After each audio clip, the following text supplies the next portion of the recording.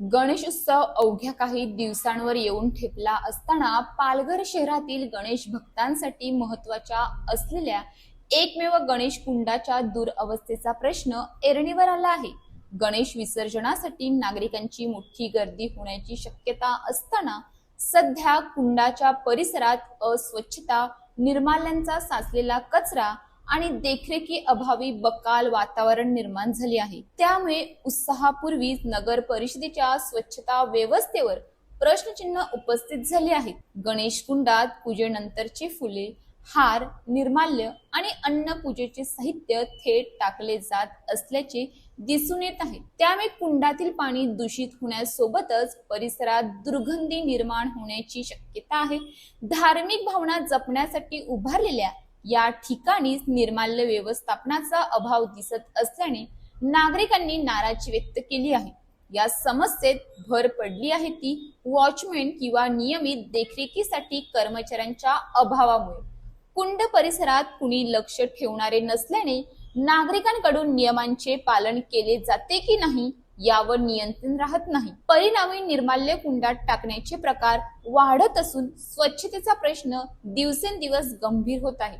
गणेश उत्सवाच्या काळात या कुंडांवर गणेश मूर्ती विसर्जनासाठी मोठ्या प्रमाणात गर्दी होणार आहे। त्याआधी कुंडातील साचलेले पूजेचे साहित्य आणि कचरा हटवणे, परिसराची स्वच्छता करणे, निर्माल्य संकलनासाठी स्वतंत्र कुंड किंवा पेट्या ठेवणे, तसेच नियमित देखरेखीसाठी कर्मचारी नियुक्ती करणे आवश्यक आहे। अन्यथा उत्सवाच्या दिवसात गर्दी, कचरा आणि अस्वच्छता यामुळे परिस्थिती आणखी बिकट होण्याची शक्यता आहे। गणेश उत्सवाच्या तयारीसाठी शहरात विविध ठिकाणी सजावट आणि इतर कामांना वेग येत असताना गणेश भक्तांच्या श्रद्धेशी निगडीत असलेल्या या कुंडाची मात्र अशी अवस्था का, असा सवाल नागरिकांकडून उपस्थित केला जात आहे। पालघर नगर परिषदेने केवळ उत्सवाच्या तोंडावर तात्पुरती साफसफाई न करता निर्माल्य व्यवस्थापन, नियमित स्वच्छता आणि कायमस्वरूपी देखरेखीची व्यवस्था करावी अशी मागणी होत आहे।